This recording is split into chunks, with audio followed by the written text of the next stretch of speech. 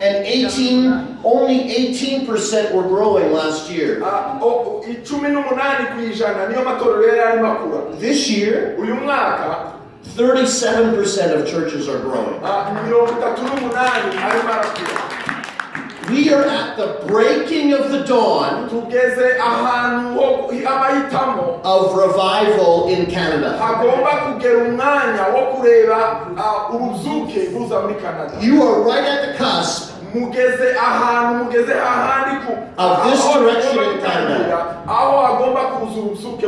The church is rising up. The people are rising up.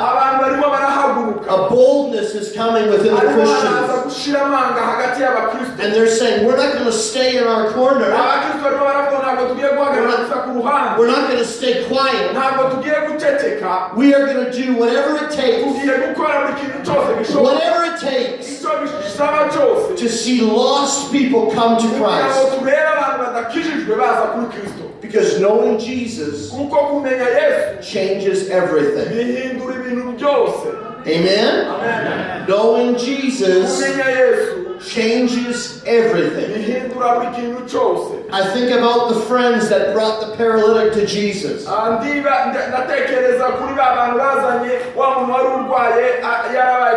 You know the story? There was a man who couldn't walk. He was on a mat.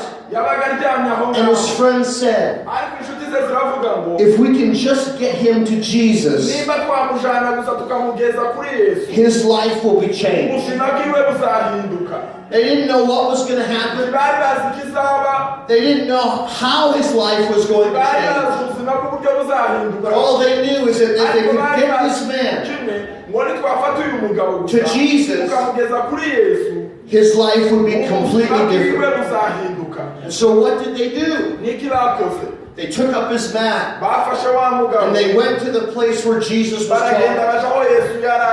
And Jesus was speaking and all crowds were around him.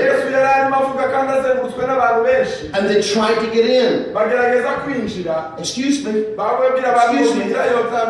And the people who knew Jesus, who were there for his teachings, had their back to those friends. It was the convinced, the believers, that turned their back on the needy. So then what did the friends do? Did they give up? No, they didn't give up. They didn't give up. They took up the mat and they said there must be another way. And they looked to the roof and they realized if we can get him to the roof, we can lower him down in front of Jesus. And so they did that. Do you know how they did that? I don't know. How did they have the ropes? How did they have the engineering knowledge? How did they know that what was under the roof? They took a risk. Why? Because they knew if they could get their friend to Jesus, he would change that man's life. I want you to think about the person you work with. Think about your boss. Think about that hardest client or customer. Do you think that they're beyond saving? Do you think that Jesus can still save them? No matter where they are, no matter what anybody is going through, nothing is too hard for the Lord.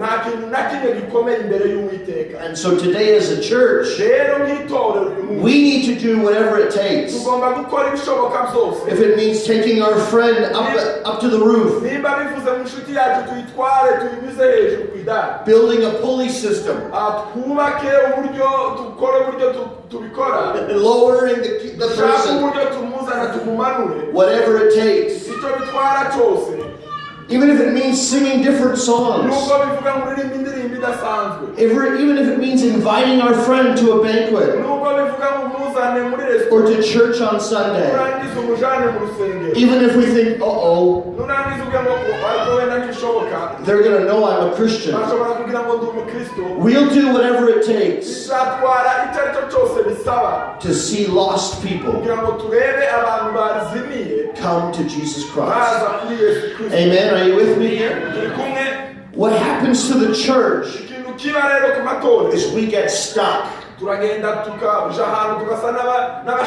And the reason we get stuck is because we have a misunderstanding of what it means to be in the presence of God.